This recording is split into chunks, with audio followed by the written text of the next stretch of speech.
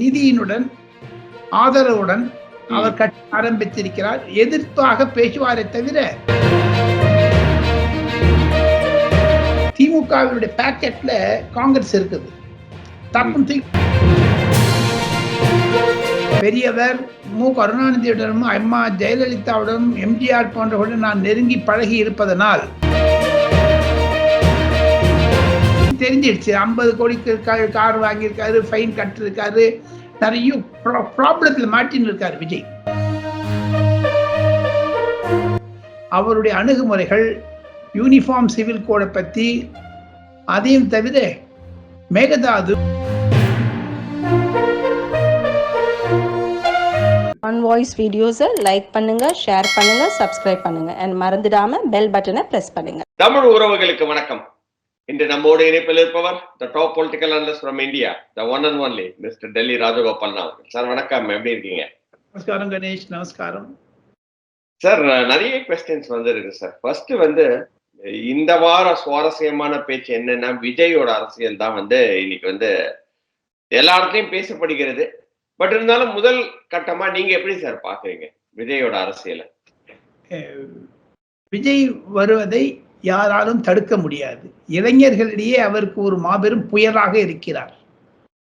விஜய் என்பவர் அரசியலில் குதித்தால் கண்டிப்பாக அவருக்கு ஆதரவு அதிகமாக கிடைக்கும். இருப்பினும் விஜயினுடைய அரசியலில் பிரவேசம் இருக்கிறது, அரசியல் என்ட்ரி, அது கொஞ்சம் ஸ்டேஜ் பை ஸ்டேஜா தான் பண்றாரு, ஏக்தம் வரல. நினைக்கிறீங்களா? அவர் சினிமா மாதிரி ஹைப் பண்ணணும்னு பாக்குறாரு. சரி, ஓகே. சினிமால நிறைய அரசியல்வாதிகள் ஆகண வேண்டும் என்று நினைத்தவர்கள் எல்லாம் வெற்றி பெற்றார்கள், தோல்வியும் அடைந்தார்கள், இன்க்ளூடிங் கமல்ஹாசன்.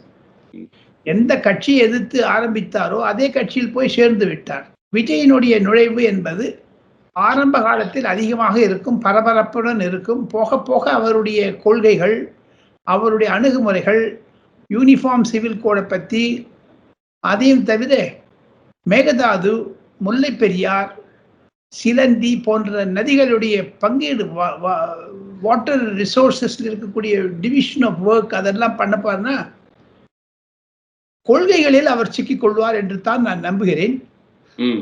அது அதிமுகவை சார்ந்ததாக இருக்கும், திமுகவை சார்ந்ததாக இருக்கும், நடுத்தரமாக இருக்க முடியாது. அவரால் ஒரே பொசிஷன் எடுக்கணும். அவர் ஆன்டி சென்டர் ஆன்டி ஸ்டேட் அப்படின்னு எடுத்தாருன்னா எடப்பாடியோட போவார். ஆன்டி ஸ்டேட்னு எடுத்தாருன்னு வச்சுங்க, பிஜேபியோட போகணும். ஸோ ஆக மொத்தம் இந்த 2 ஆப்ஷன் தான் அவருக்கு இருக்குது, வேற ஒண்ணு கிடையாது. பட் என்னுடைய 40 ஆண்டு கால தமிழக அரசியலை நேரில் நெருங்கி பழகுவதனாலும், பெரியவர் மு. கருணாநிதியுடனும் அம்மா ஜெயலலிதாவுடனும் எம்ஜிஆர் போன்றவர்களுடன் நான் நெருங்கி பழகி இருப்பதனால், தினமணி போன்ற தமிழ் பத்திரிகைகளுக்கு டெல்லியில் இருந்து சிறப்பு செய்தியாளராகவும் ஆசிரியராகவும் இருந்த காரணத்தால் ஒன்று சொல்லுவேன், விஜயினுடைய அரசியல் நுழைவு என்பது வரவேற்கத்தக்கது. எனினும் அவர் திராவிட முன்னேற்ற கழகத்திற்கு முகமூடியாகத்தான் இருப்பார். 2026 அவர் இம்பாக்ட் பண்ணுவாருன்னு நீங்க நினைக்கிறீங்களா சார்? அவர் சிஎம் கேண்டிடேட்டா தான் வரப்போறாருன்ற மாதிரி தான் பேச்சுக்கள் நிலவுது. சிஎம் ஆயிட முடியுமோ ஒரே எலெக்ஷன்ல? அது சிஎம் ஆகிறாலோ இல்லையோ, ஒரே ஒரு கருத்து ஒன்று சொல்றேன் கணேஷ். அவருடைய வாக்கு விகிதத்தை அவர் பிரித்தால் 5 முதல் 8 வாக்கு விகிதம் வந்தால் பர்சன்டேஜ், அவர் எங்கிருந்து வாக்குகளை எடுப்பார்? ஒன்னு பிஜேபில இருந்து எடுக்கணும், இல்ல ஏடிஎம்கேல இருந்து எடுக்கணும், இல்ல டிஎம்கேல இருந்து எடுக்கணும், இல்லையா ஃபர்ஸ்ட் டைம் ஓட்டர்ஸ். ஆமா, 22 lakhs இன் தமிழ்நாடு. அந்த 22 lakhs எடுத்துட்டாருன்னா எப்படி இருக்கும்? எது இருப்பினும் திமுகவுடைய ஆன்டி இன்கம்பன்சியை ஸ்டால் பண்ணுவார், அவர் தடுப்பார். அதுதான் அவருடைய கணக்கு. அதுக்காகத்தான் திராவிட முன்னேற்ற கழகத்தினுடைய நிதியினுடன் ஆதரவுடன் அவர் கட்சி ஆரம்பித்திருக்கிறார். எதிர்ப்பாக பேசுவாரே தவிர அவருடைய கொள்கைகளை எல்லாம் பார்த்தால் அண்ணாவும் எம்ஜிஆரும் கொடியில் போட்டிருக்கிறார். அந்த லைட்டா அந்த கொடியில எம்ஜிஆர் படம் இருக்குது, அண்ணா படம் இருக்குது. அவர் என்ன அதிமுக பக்கம் போவாரா இல்ல திமுக பக்கம் போவாரா தெரியாது. அவர் ஆன்டி சென்டர் ஸ்டாண்ட் எடுத்தார்னு வச்சுங்க, இன்னும் நரேந்திர மோடி 3 வருடங்கள் 4 வருடங்கள் பிரதமராக இருப்பதுன்னா அவர் மேல இன்கம் டாக்ஸ் ரைடு வந்தது கத்துவாங்க எல்லாரும். ஏற்கனவே அவருக்கு ஊழல் பேர் வழின்னு தெரிஞ்சிடுச்சு. 50 கோடிக்கு கார் வாங்கியிருக்காரு, ஃபைன் கட்டிருக்காரு, நிறைய ப்ராப்ளத்தில் மாட்டின்னு இருக்காரு விஜய். அவருடைய அரசியலுக்கு பொதுவாக இளைஞர்களிடையே ஒரு புத்துணர்ச்சி அவருக்காக இருப்பதை நாம் பாராட்ட வேண்டும். எனினும் அவருடைய அரசியல் பிரவேசம் என்பது ஸ்லோவா பண்றாரு தவிர ஜெட்னு பண்ணாதான் அவருக்கு ஒரு இம்பாக்ட் இருக்கும்னு நினைக்கிறேன். தெரியுமா? இந்த பாருங்க கணேஷ், தமிழ்நாட்டுல 487 ரீஜனல் பார்ட்டிஸ் இருக்குங்க டோட்டல். ஆல் ஓவர் இந்தியாவில வந்து 2000 சொச்சம் இருக்குதுங்க. என்னை விட பெரியவர் வைகோபாலசாமி என்று சொல்லக்கூடிய வைகோவிடம் நெருங்கி பழகிறது வேறு யாரும் உலகத்துல இருக்க முடியாது. அவர் துரை வைகோக்குள்ள செகண்டரி தான். அவரெல்லாம் படிச்சிருந்தார் ஃபீல்ட்ல. அரசியல் என்றால் அவர் இலங்கை போவதற்கு முன்பாக இறந்து வந்து அவருடன் நான் பிரபாகரனை பார்த்திருக்கிறேன், லண்டன் பிரயாணம் செய்திருக்கிறேன். அவர் தினமணிக்காக நிறைய நான் செஞ்சிருக்கேன் வைகோக்காக. அவர் சீஃப் மினிஸ்டர் வந்துட்டாருன்னு நினைச்சேன் நான். நல்ல கிரௌட், நல்ல அட்ராக்ஷன். அவர் மாதிரி கருணாநிதி எதிர்த்து பேசினவர் யாருமே கிடையாது. கண்டபடி பேசியிருக்காரு. எல்டிடிக்கு உயிரை கொடுத்திருக்கார். தமிழ் இனத்திற்காக உயிரை கொடுத்தவர் மாபெரும் தலைவராக நான் கருதுவேன். அவருக்கு ஒரு பெரிய சல்யூட் அடிக்கணும் வைகோக்கு. அவர் இப்ப எங்க இருக்காரு? திமுகவோட இருக்கிறாரு. திமுகவோட ஒரு முதுகிலுமே இல்லாம இப்போதைக்கு திமுகவோட இருக்கிறாரு சார். என்ன பண்றாரு? இணைஞ்சிட்டார். அவருடைய சொத்து சுகங்களை எல்லாம் பாதுகாப்பதற்காக கட்சி வைத்திருக்கிறாரே தவிர அவருடைய மகனை எம்பி ஆக்கி விட்டார். அரசியலில் நுழைந்து விட்டார்கள். அவருக்கு என்று ஒரு 5000-10,000 கோடி சொத்து இருக்கிறது என்று பலர் சொல்லுகிறார்கள். அதை நான் நம்பவில்லை. இருப்பினும் அயல் நாடுகளில் அவருக்கு விரோதமாக இருந்தாலும் சரி, சாதகமாக இருந்தாலும் சரி, வைகோ என்பவர் உலக தலைவர், தமிழ் தலைவர். அவரை விட மோசமா போயிடுவார் விஜய். அதுதான் என்னுடைய தனிப்பட்ட கருத்து. அதை நான் மாறுபடலாம், என்னை யார் வேணா திட்டலாம், என்னை வரவேற்கலாம், என்ன வேணா பண்ணலாம். But I have to say that one voice தமிழர்களிடம் இருந்து மறைப்பதில்லை எதையுமே. அதுதான், we don't black out certain things. அதே மாதிரி பாஸ்கர் கேட்டிருக்கிறாரு, விஜயன் பாஜக இணையறதுக்கு ஏதாவது வாய்ப்புகள் இருக்கா? ஏன்னா 2 பேருமே, அண்ணாமலை யங்ஸ்டர், இவரும் ஒரு யங்ஸ்டர், ஒரு நல்ல சினர்ஜி கிடைக்குமே அப்படின்னு சொல்லிட்டு அவர் கேட்டிருக்கிறாரு. நீங்க எப்படி சார் பாக்குறீங்க? ஒரு சான்ஸ் இருக்கா அதுக்கு? பாஸ்கருக்கு என்னுடைய சல்யூட்டேஷன்ஸ் அண்ட் நமஸ்காரம் டு ஹிம். விஜயம் சீமானும் ஒன்னா போவங்களை தவிர விஜயம் அண்ணாமலையும் ஒன்னா போக முடியாது. இரு துருவங்கள். அவர் வந்து தமிழ் தேசியம் என்று சொல்லிவிட்டார். தேசியத்தை பற்றி அவர் பேசவில்லை. தமிழ் தேசியம் என்று சொன்ன பிறகு தாங்கள் அவரை பாராட்ட வேண்டும். எப்படி பழ நெடுமாறன் 93 வயது பெரியவர் இருக்கிறாரோ அவரை மாதிரி தமிழ் தேசியம் என்று சொன்ன விட்டால் அது விஜயம் சீமானும் ஒன்னா போவங்களை தவிர அண்ணாமலை சீமானும் ஒன்னா போவது கடினம். சிவா கேட்டிருக்கிறாரு, அப்போ வந்து இந்த கொஸ்டின் இல்லைன்னா அப்போ அதிமுகவோட போறதுக்கு வாய்ப்புகள் இருக்கா அப்படின்ற மாதிரி கேட்டிருக்கிறாரு. ஏன்னா பாஜக ஆர் அதிமுக அப்படின்ற மாதிரி தான் வந்து எல்லாருமே பேசுறாங்க.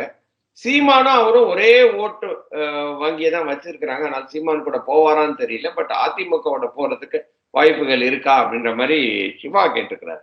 சிவாக்கு ஒரே ஒரு வேண்டுகோள் என்ன என்று கேட்டால், தமிழகத்தில் இப்பொழுது அதிமுக என்பது ஒரு திமுகவிற்கு எதிராக கட்சியாக இருந்தாலும் தேர்தல் நெருங்க அதில் பிளவுகள் இன்னும் வருமோ என்ற ஒரு சந்தேகம் இருக்கிறது.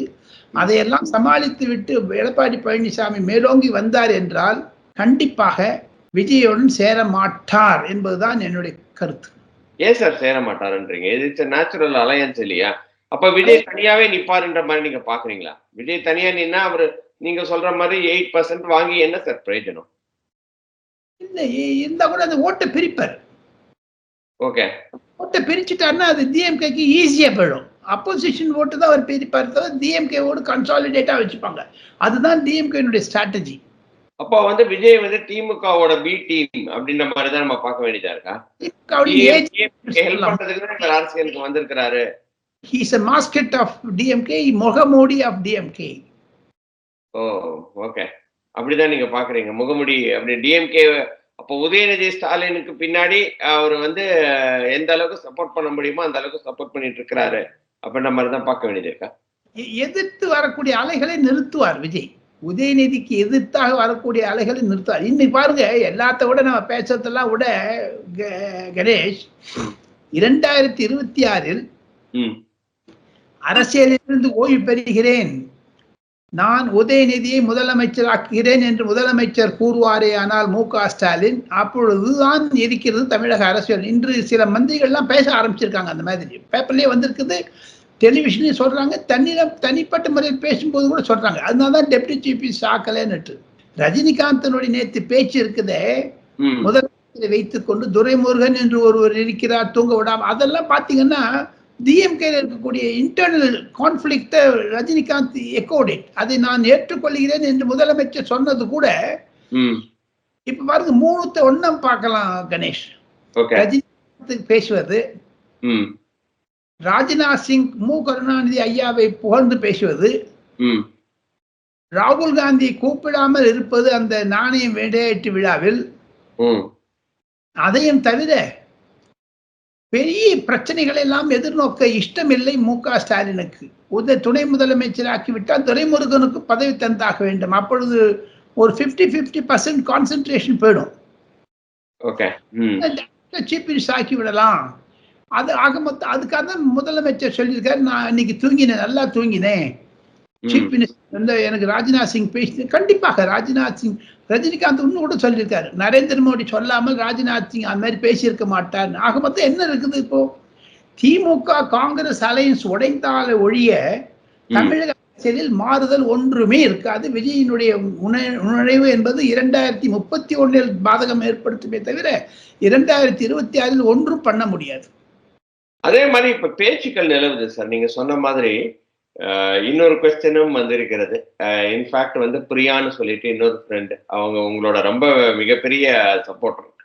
அவங்க என்ன கேட்டிருக்காங்கன்னா, இன்னைக்கு டிஎம்கே வந்து ஏன் வந்து பாஜக நோக்கி செல்லுதா, இது சரியான போக்கு தானா அப்படின்னு கேட்டிருக்கிறாங்க. பிரியா, நீங்க எப்படி பாக்குறீங்க? அவங்களும் பாஜகவோட சப்போர்ட்டர், திமுகவோட மிகப்பெரிய எதிரி அப்படின்னு கூட சொல்லலாம். பிரியா மேடம், தங்களுக்கு என்னுடைய நமஸ்காரங்கள். தயவு செய்து ஒன்னே ஒண்ணு வச்சுங்க, திமுக பாஜக உறவு வரவே வராது, வரவே வராது. ஓகே. காரணம் என்ன என்று கேட்டால், காங்கிரசும் திமுகவும் ஒரு கொள்கை கூட்டணி அல்ல. பிரியா அம்மா அவர்களே, திமுகவுடைய பேக்கெட்ல காங்கிரஸ் இருக்குது. தப்புன்னு தூக்கி போடுறாரு, கருவேப்பிலை மாதிரி தூக்கி போட்டான்னு போயிடும். ஆனா அந்த கருவேப்பிலை ஒட்டிட்டு இருக்கும். திமுக விட்டு போக மாட்டார்கள், ஒட்டிக்கும். ஏன்னா மாசம் மாசம் 10 லட்சம் 50 லட்சம் 20 லட்சம் பணம் போயிடுதுங்க. அதனால எவனுக்கு கொள்கையிலே கிடையாதுங்க.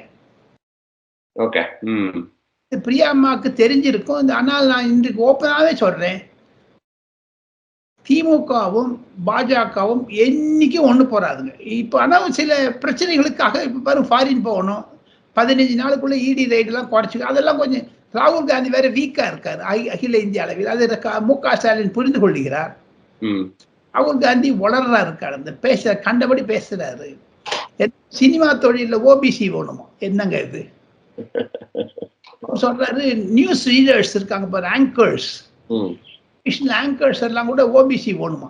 இவர் என்ன பண்ண போறாரு தெரியல. இந்தியாவை துண்டாக்க போகிறாரா, ஜார்ஜ் சோரேஸை சொல்லி கணக்கு எடுப்பு, ஜாதி கணக்கு எடுத்தா கூட ஜாதி வாரியா இருக்கணும். இப்ப நான் வந்து வடகல ஐயங்காருங்க, நானு அது ஐயங்காரு கோள் இதுல இருக்குமா, சென்சஸ்ல தேவர்ல 3 தேவர் இருக்குதுங்களா, கல்லர் பறையர் இதெல்லாம் இருக்குதுங்க. கவுண்டர்ல கவுண்டர் இருக்குங்க. முதலியார்ல 4 செங்குந்த முதலியார், இந்த முதலியார், வீர முதலியார், சைவ முதலியார், வைஷ்ணவ முதலியார் எல்லாம் இருக்குதுங்க. ராகுல் காந்தி இன்னும் பேத்தராருங்க, கொஞ்சம் ஆக மொத்தம் ராகுல் காந்தியும் ஸ்டாலினும் ஒன்னாவது கடினம். இருப்பினும் அவங்க ஒன்னா இருப்பாங்க. அவங்க பிரிஞ்சாலொழிய கடினமானது தமிழக அரசியல், அது பிரிய மாட்டாங்கிறது என்னோட கருத்து. இப்ப ராகுல் காந்தி வட இந்தியாவில் வீக்கா இருக்கிறதுனால்தான் ஸ்டாலின் வந்து பிஜேபியோட போய் தொலைக்கலாமே, நான் 15 நாளைக்கு. அவர் பாருங்க, பிரியா அம்மாவுக்கு ஒண்ணு சொல்லணும், mister MK. Stalin chief minister foreign போறதுக்கு முன்னாடி டெப்டி சீஃப் மினிஸ்டர் ஆக்கணும்னு நினைச்சாருங்க. அதுக்கு அந்த சில்வர் பிளாட்டர்ல he wanted to hand over the deputy chief ministership to Udhayanidhi. அது ஃபெயில் ஆயிடுச்சு. காரணம் என்னன்னு கேட்டீங்கன்னா, அது பாருங்க, 300 ஐஏஎஸ் ஆபீசர் ஐபிஎஸ் ஆபீசர் இடம் பெயர் டிரான்ஸ்பர் பண்ணார்.